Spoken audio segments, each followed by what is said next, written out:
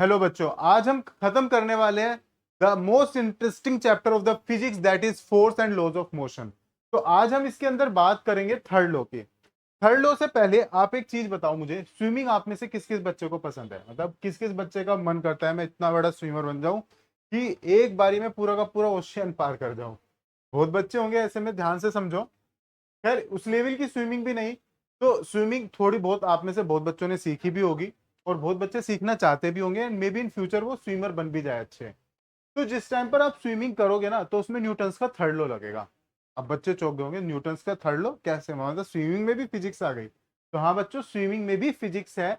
Mainly क्या होता है कि न्यूटन का थर्ड लॉ आप समझो, और इट्स नॉट अबाउट द एक एक्टिविटी जो हम पढ़ रहे हैं कि स्विमिंग की मैं बात कर रहा हूँ, ये नहीं, डेली रूटीन में इतनी बहुत सारी एक्टिविटीज है जहां पे न्यूटन्स का थर्ड लॉ काम करता है।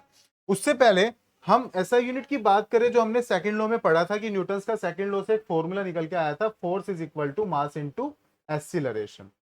तो अब यहाँ पे अगर हम बात करें फोर्स का फॉर्मूला मास इनटू एक्सीलरेशन जो निकल के आया, तो मास की ऐसा यूनिट किलोग्राम होती है, एक्सीलरेशन की मीटर पर सेकंड स्क्वायर।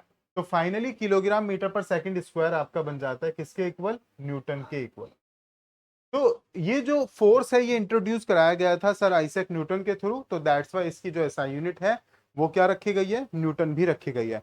तो किलोग्राम मीटर पर सेकंड स्क्वायर को जो है वो इक्वल माना जाता है किसके? 1 न्यूटन के। तो इसीलिए आप जो है इसकी ऐसा यूनिट जो हम पढ़ते हैं दैट इज न्यूटन। चलो, अब यहाँ पे लिखा हुआ है, अगर आपके एग्जाम में क्वेश्चन आ जाए तो आपके एग्जाम में इस तरह से क्वेश्चन नहीं आएगा कि डिफाइन 1 न्यूटन। आपके एग्जाम में जो क्वेश्चंस आते हैं वो ज्यादातर ऐसे आएंगे, मतलब डिफाइन 1 न्यूटन भी आएगा, और कई बारी डायरेक्ट ये क्वेश्चन ना पूछ के कि what is the SI unit of force, ये चीज ना पूछ के मेनली क्वेश्चंस बनते हैं। जैसे आपका मोमेंटम हमने पढ़ा, तो उसमें क्वेश्चन बन जाएगा कि डिफाइन 1 kg मीटर पर सेकंड स्क्वायर, या डिफाइन 1 न्यूटन। जैसे प्रेशर पढ़ोगे आप तो डिफाइन 1 पास्कल। तो ये कॉन्सेप्ट ऐसा है कि यहाँ से इस तरह के क्वेश्चन बनते हैं।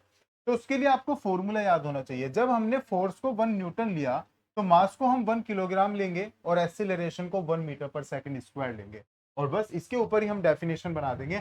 हम कहेंगे कि जब बॉडी 1 किलो की होगी और उसको जो उसमें एक्सीलरेशन हो रहा होगा वो 1 मीटर पर सेकंड स्क्वायर हो रहा होगा, तब हम कह सकते हैं कि जो फोर्स उस बॉडी पर काम कर रहा है वो कितना होगा? 1 न्यूटन होगा। और बिल्कुल ऐसे ही लिखा हुआ है, it is defined as the amount produce an acceleration of the 1 metre पर सेकंड स्क्वायर, की इतना अमाउंट फोर्स का जिसकी वजह से बॉडी में जो एक्सीलरेशन है वो 1 मीटर पर सेकंड स्क्वायर का प्रोड्यूस हो जाए, और बॉडी का मास कितना हो? 1 kg हो, तब हम कह सकते हैं कि उसमें 1 न्यूटन फोर्स लगा है।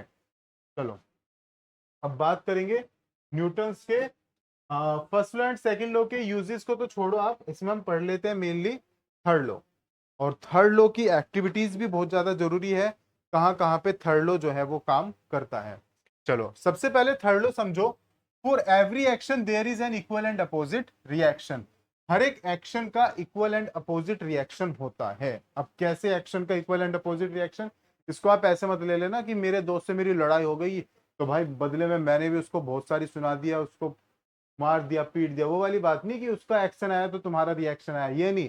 एक्शन रिएक्शन इसको समझो, न्यूटन्स के थर्ड लॉ के रेस्पेक्ट में वो ये कहता है कि अगर कभी भी आप किसी बॉडी पर फोर्स लगाते हो, जैसे आपने दीवार को हिट किया, तो हिट करने पर क्या हुआ? जब पहली बॉडी दूसरी बॉडी पर फोर्स लगाएगी वो कहलाएगा एक्शन, तो इसका मतलब आपने एक्शन किया। रिएक्शन क्या होगा?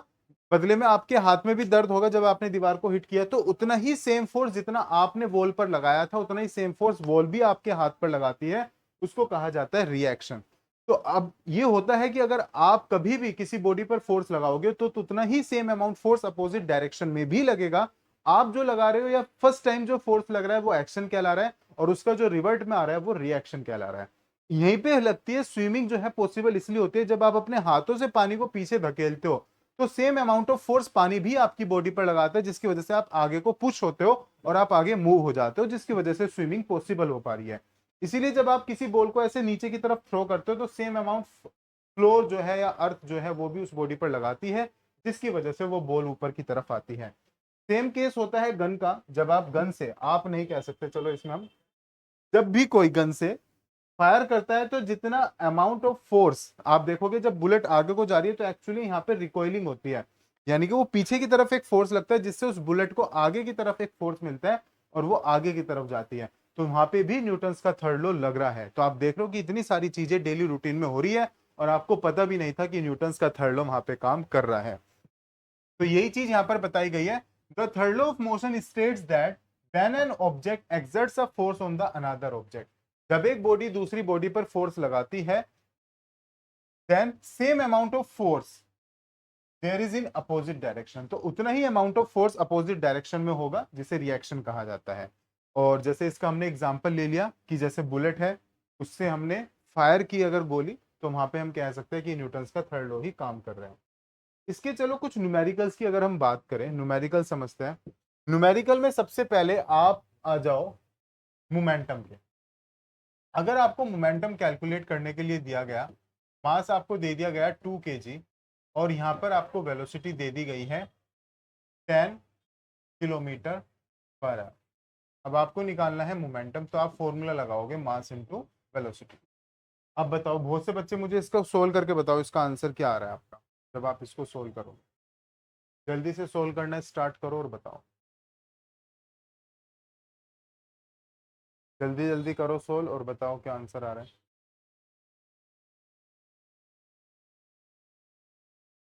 चलो, अगर आप में से बहुत बच्चे क्या कर रहे हो, इसको 2 × 10 कर रहे हो और आंसर लिख दे रहे हो 20, तो ये आंसर आपका गलत है। हमें पता है ऐसा यूनिट क्या होती है, मीटर पर सेकंड। और ऐसा यूनिट में कन्वर्ट करने के लिए आप किससे मल्टीप्लाई करते हो, 5/18 से। तो यानी कि 10 की मल्टीप्लाई जब आप करोगे 5/18 से, तो इसको 2 से कट कर दो, तो ये आ जाएगा 25/9 मीटर पर सेकंड। अब आप निकालोगे मोमेंटम। मोमेंटम का फॉर्मूला लगाओगे मास इनटू वेलोसिटी। मास ऑलरेडी आपका किलोग्राम में है 2, वेलोसिटी है 25/9। अभी आ जाएगा आपका 50/9 किलोग्राम मीटर पर मोमेंटम। ध्यान से देख लो, इसको कर लो। ये गलती कभी नहीं करना कि डायरेक्ट आप सोल्व कर रहे हो। ये देखो कि जो क्वांटिटीज दे रखी है वो एसआई में है या नहीं है।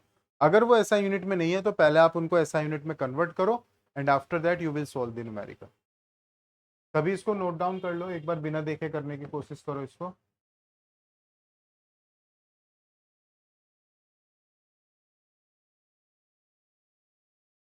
फिर आपके कुछ एनसीईआरटी क्वेश्चंस की बात कर लेते हैं।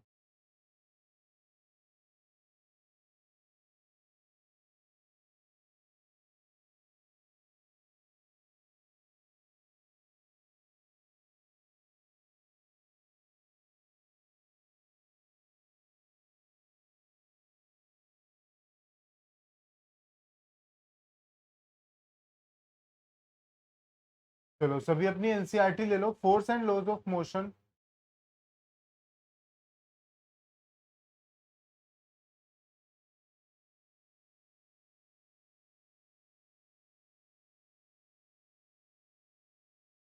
अब आपको अगर मैं इसमें बताऊं, न्यूटन्स का जो सेकंड लॉ है, सेकंड लॉ से रिलेटेड अगर आपके एग्जाम में क्वेश्चंस बनेंगे तो कुछ इस तरीके से बनेंगे, जैसे कि हमने फोर्स का फॉर्मूला पढ़ रखा है मास इनटू एक्सीलरेशन।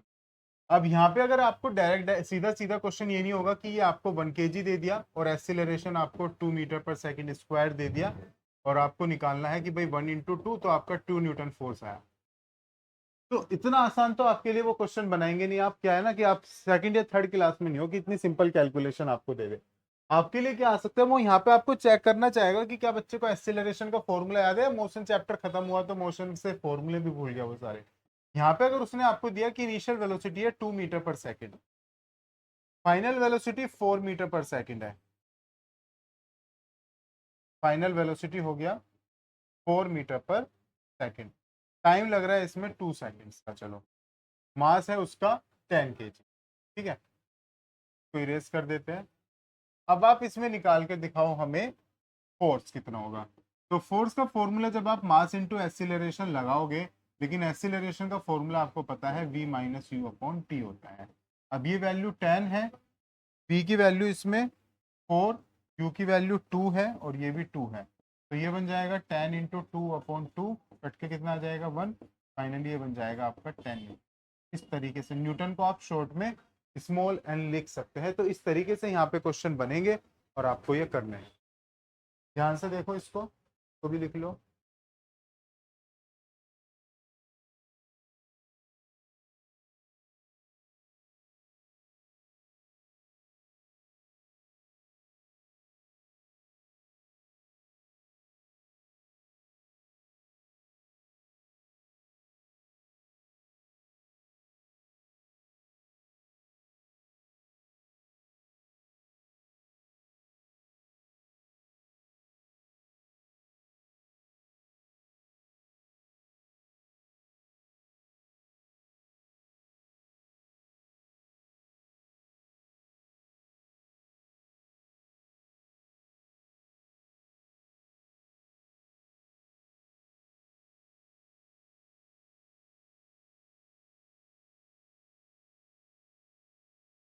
चलो अब एक आपके एनसीईआरटी क्वेश्चन की बात करते हैं। अगर एनसीईआरटी क्वेश्चन में हम बात करें तो आपके डेली रूटीन को मैं समझाता हूँ, ये थ्योरेटिकल है, न्यूमेरिकल नहीं। और this will be the last concept for this video. आप ट्रैवलिंग तो हमेशा किए होंगे, या तो कई बार ये आप स्कूल जाते हो स्कूल बस में, या आप किसी भी व्हीकल से जा रहे हो फोर व्हीलर, तो आपने देखा होगा कि कई बार क्या करते हैं, अगर हम कार चला रहे हैं सिंपल, या बस आप जिस स्कूल बस में आप जा रहे हो, तो उस टाइम पे क्या होगा कि जैसे एकदम से कोई आया और ड्राइवर ने जो ब्रेक अप्लाई किया, तो आपकी बॉडी क्या है, एकदम से बहुत तेजी से आगे की तरफ आती है। उसमें ऐसा क्यों, ध्यान से समझो। होगा क्या काम कि ब्रेक अप्लाई करने पर जब आप बस के अंदर बैठे हुए थे, तो बॉडी जो वो बस थी वो मोशन में थी, तो आपकी बॉडी भी किस में थी, मोशन में थी। तो एकदम से जब बस रेस्ट में आई, लेकिन आपकी बॉडी का जो इनर्शिया है वो ये कोशिश करता है कि आपकी बॉडी मोशन में ही रहे, और उस वजह से आपके जो पैर अटैच थे फ्लोर के साथ में, बस के साथ में, वो तो आपके रेस्ट में रह जाते, लेकिन आपका जो अपर हाफ पार्ट है वो कहीं ना कहीं मोशन में रहने की ही कोशिश करता है, वो एकदम से जो है रेस्ट में नहीं आ पाता। इसलिए आपका अपर हाफ पार्ट जो है वो एकदम से आगे की तरफ आता है, क्योंकि बॉडी इनर्शिया ऑफ मोशन के कारण आपको मोशन में ही रखना चाहती है, लेकिन बस आ गई है एकदम से रेस्ट में, तो आपको आगे की तरफ एकदम से आप आते हो। That is just because of inertia. Same आपका वाइस वर्सा उल्टा होगा कि अगर कोई रेस्ट में है, कोई बॉडी या कोई व्हीकल, और आप एकदम से तेजी से चलते हो, तो आपकी बॉडी उस टाइम पे रेस्ट में थी, लेकिन जब फ्लोर के साथ आपके जो पैर है अटैच है उस व्हीकल के साथ, तो वो तो एकदम से मोशन में आ जाते हैं, लेकिन आपकी जो बॉडी है, अपर हाफ पार्ट है, वो रेस्ट में रहने की कोशिश करता है, एकदम से आपको पीछे की तरफ है जो एक पुश है जो फील होता है। तो ये सब चीजें कहीं ना कहीं आपके फर्स्ट लॉ से कनेक्टेड है। तो बहुत सारी हमारी डेली रूटीन में ऐसी एक्टिविटीज है जो first law, second law, third law, even कुछ चीजें ऐसी है जहां पे एक टाइम पर फर्स्ट लॉ लग रहा है तो अगले ही मोमेंट पे सेकंड लॉ काम कर रहा है, थर्ड लॉ काम कर रहा है।